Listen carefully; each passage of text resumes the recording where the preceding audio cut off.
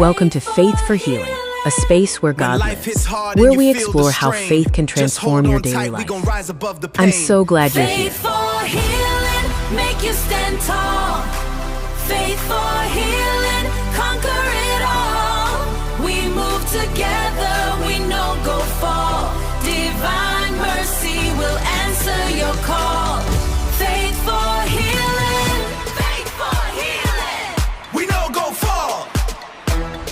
You know, when you are handed a medical chart, there is this expectation of just total cold objectivity. Oh, absolutely. I mean, it's just data, you know, cell counts, blood pressure, diagnostic codes. Yeah, exactly. Just stark black and white text on a screen telling you exactly what is failing, statistically speaking. Right. It's totally binary. It's clinical. It's entirely detached. And, well, it's really designed to leave absolutely no room for emotion or nuance. It really is. It's literally the language of physical limitations. Completely.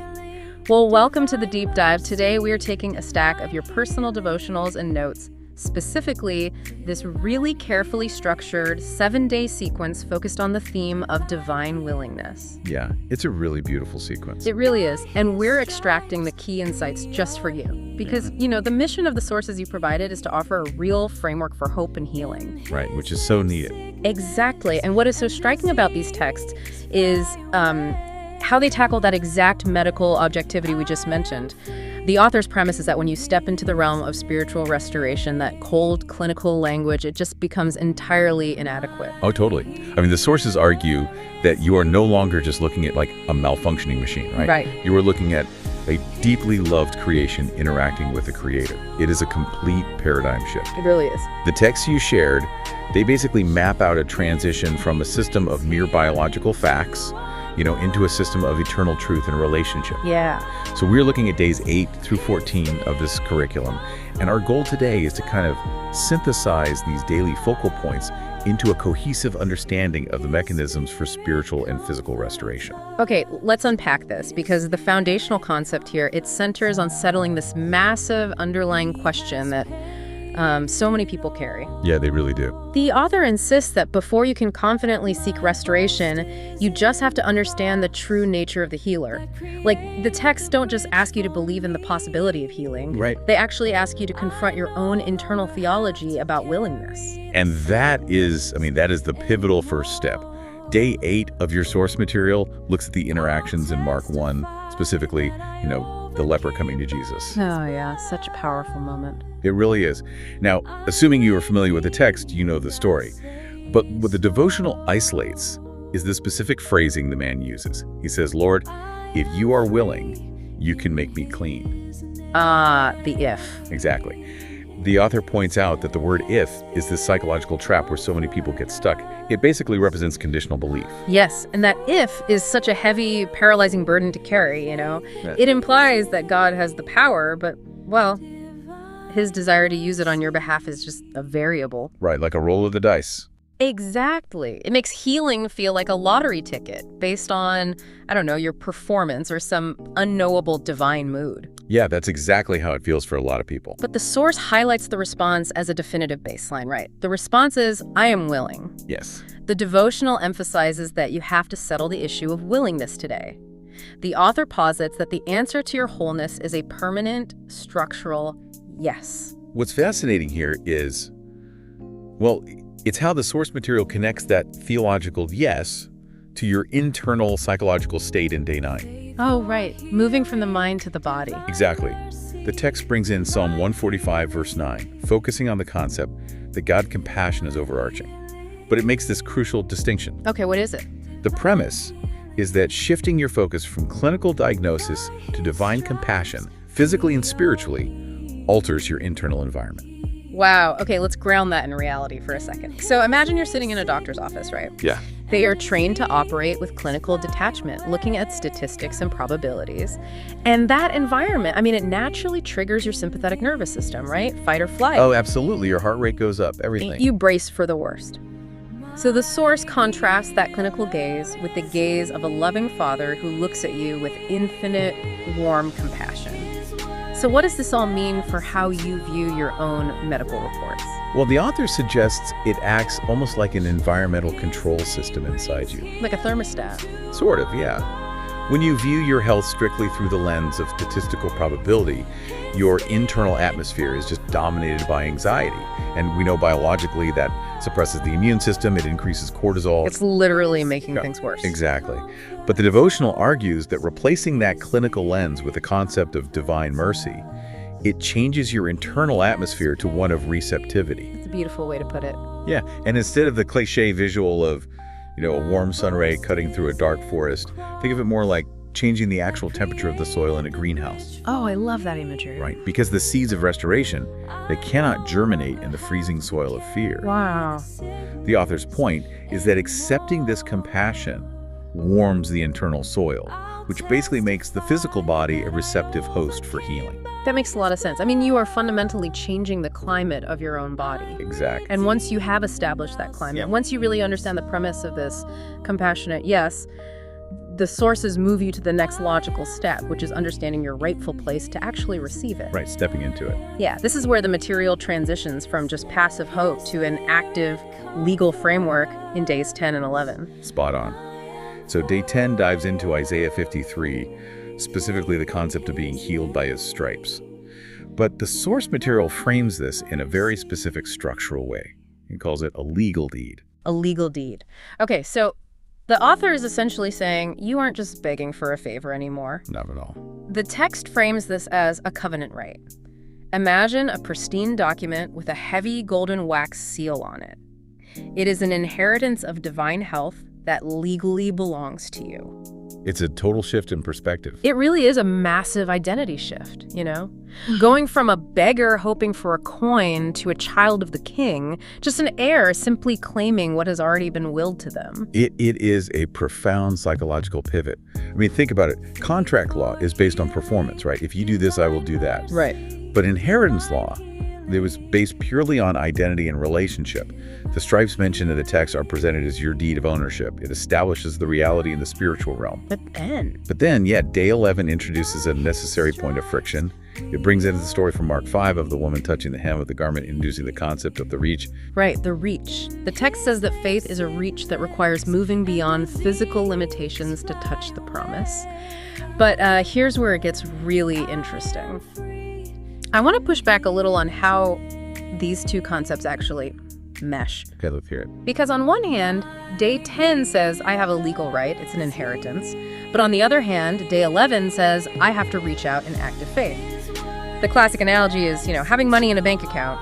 It's legally yours, but you still have to walk to the ATM and swipe your card to get it right. Right, that is the standard mechanism used to explain it, yes. But let's be realistic here. Swiping a bank card is easy. Reaching out when you are dealing with chronic pain, or when you have been sick for years, when you are physically and emotionally depleted. I mean, that isn't just a simple swipe of a card. No, it's incredibly hard. Sometimes you don't even have the strength to reach.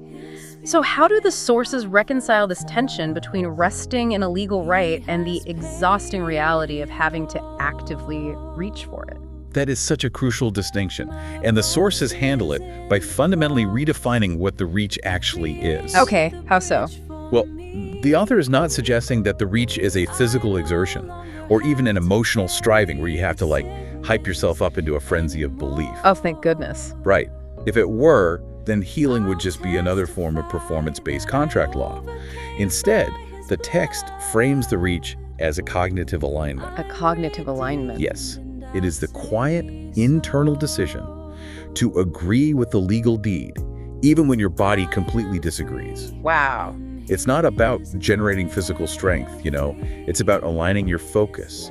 The reach is simply the act of taking your eyes off the diagnosis and placing them on the inheritance. So the reach isn't about how hard you can stretch, it's about what you choose to focus on. Exactly. That is a huge relief. But of course, claiming that healing in a vacuum is easy, the real friction happens when you leave the house and reality hits. Oh, for sure. The moment you decide to align your focus, the world is going to throw contrary evidence at you. And that is exactly what Section 3 of your sources addresses. So how do you protect this cognitive alignment? Well, this brings us to day 12, which focuses on Romans 10, the idea that faith comes by hearing. The devotional introduces a defensive mechanism called the ear gate. The ear gate. Yeah. The premise is that you must deliberately starve your fears by silencing negative reports while feeding your faith by tuning into the report of the Lord. Just picture someone peacefully listening to the soft sounds of nature instead of a blaring alarm. Yeah, but let's talk about the modern reality of the ear gate. It's tough. It's so tough. You are sitting in the waiting room, gripping the steering wheel. You have 247 news cycles on your phone. You have endless WebMD searches tempting you at 2 in the morning. Oh, the late-night WebMD searches are the worst. The absolute worst. And you have well-meaning friends texting you scary statistics about your condition. So, in this hyper-connected world, how does the text suggest one practically curates their inputs? This raises an important question about our digital and social diets, really. The source material is quite pragmatic here. Okay. Guarding the ear gate isn't a passive activity where you just hope to hear nice things. The author compares it to an active filtering system. Think of it like noise-canceling headphones. Oh, I like that. How so? Well, noise-canceling headphones don't just put a physical barrier between you and the outside world. The outside noise is actually still happening. Right. What the headphones do is actively generate an opposing frequency, an inverse sound wave, right? And that neutralizes the incoming noise, so your internal environment remains quiet. That is brilliant. The devotional suggests doing exactly this. When the notification pops up, or the friend offers a worst-case scenario, you don't just passively absorb it. You push back. You actively generate the opposing frequency of the truth outlined in your legal deed. You log off the forums. You politely change the subject. You actively neutralize the report of fear. So you are the gatekeeper generating the inverse wave. Exactly. And according to day 13, once you successfully run that noise-canceling algorithm, you transition from playing defense to playing offense. That is a total shift. The source anchors this in Psalm 118. I shall not die, but live and declare the works of the Lord. The author argues that by guarding your inputs, you eventually become the living proof.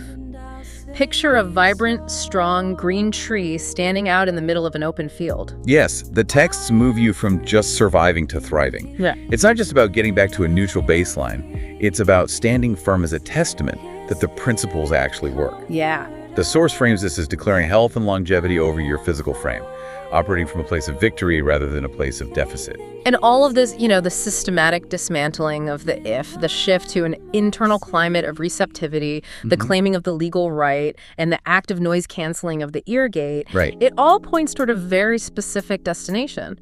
And that destination might actually be the most surprising part of the entire week's curriculum, which we see on day 14. It really is. The destination is rest. Rest. Yeah.